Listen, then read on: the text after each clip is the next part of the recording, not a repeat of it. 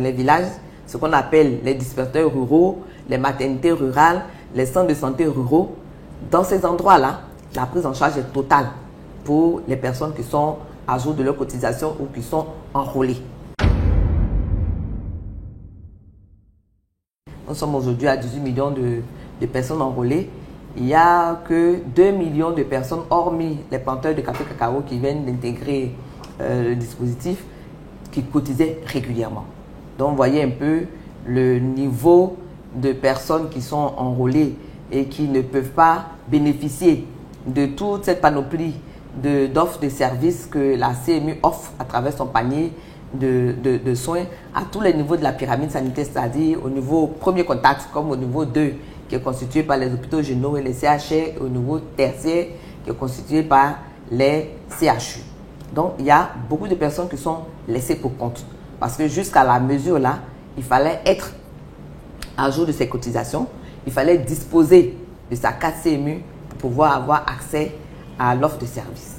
Alors, cette mesure-là, elle vient ouvrir les droits d'au moins 13 millions de personnes supplémentaires qui sont constituées par le secteur informel.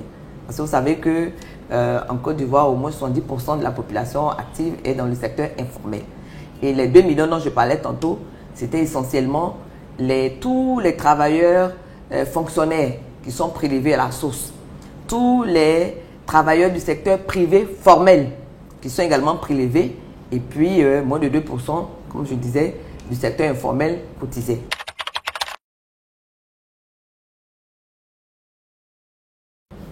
Et donc, cette mesure-là, en ouvrant les droits, c'est-à-dire en permettant à des personnes qui ne sont pas à jour de leur cotisation d'avoir accès aux soins, c'est 13 millions de personnes supplémentaires qui peuvent visiter nos hôpitaux depuis le niveau primaire, le niveau secondaire jusqu'au niveau tertiaire.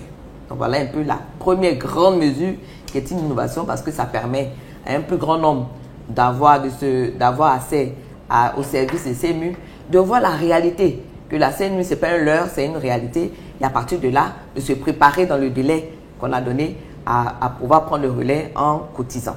Et également, je crois que pour sous-tendre cette mesure, le gouvernement a signé un décret qui permet la collecte au niveau des collectivités locales, qui serait un moyen quand même de prélèvement à la source, je peux dire, de ce secteur informel qui est concerné par cette mesure-là. Donc voilà, c'est la plus grande mesure d'ouverture de droit à un grand nombre de personnes. La deuxième mesure, c'est que l'accès aux soins au niveau primaire et en particulier en zone rurale. Zone rurale, c'est dans les villages.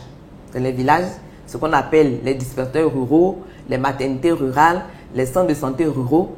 Dans ces endroits-là, la prise en charge est totale pour les personnes qui sont à jour de leur cotisation ou qui sont enrôlées pour la mesure, mais ensuite à jour de leur cotisation. Donc, quand vous rentrez à l'hôpital, pour quelqu'un qui est malade, si je me trouve au village, dans le centre de santé qui est près dans le village, je suis prise en charge complètement. Je suis consultée. Le minimum de bilan qu'on puisse faire dans ce village, il est fait. Et le médicament, je l'ai sur place.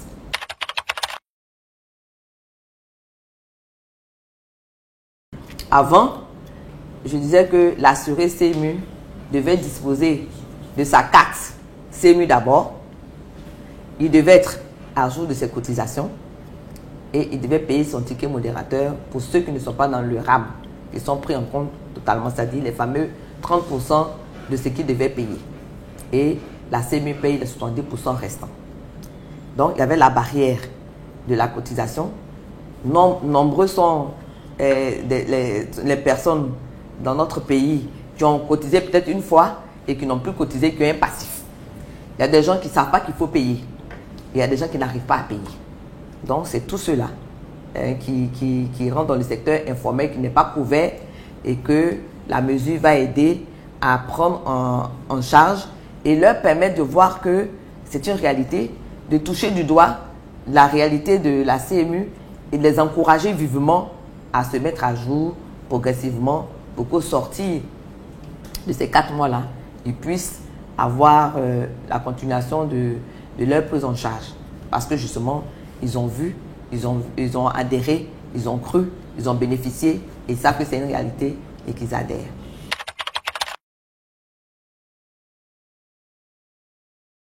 si je ne suis pas enrôlé, je veux courir d'abord.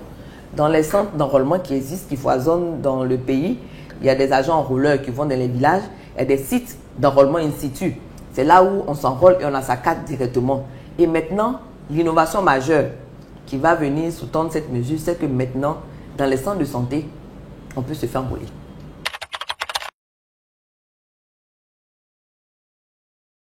Donc, plusieurs voies de recours se présentent à l'usager. D'abord, nous avons ce qu'on appelle les DR et les DD, qui sont les représentants des ministères au niveau déconcentré. Donc, on peut aller porter plainte ou aller signaler là-bas.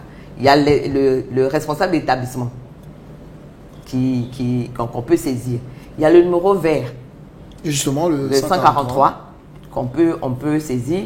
Il y a qu'on peut écrire au ministre de la Santé pour dénoncer, comme dans tout pays, de notre insatisfaction, et les enquêtes seront menées et les sensibilisations ou alors ce qui devait être fait sera fait pour que la population soit bien soignée. Mais il faut aussi que la population elle-même, elle soit en alerte.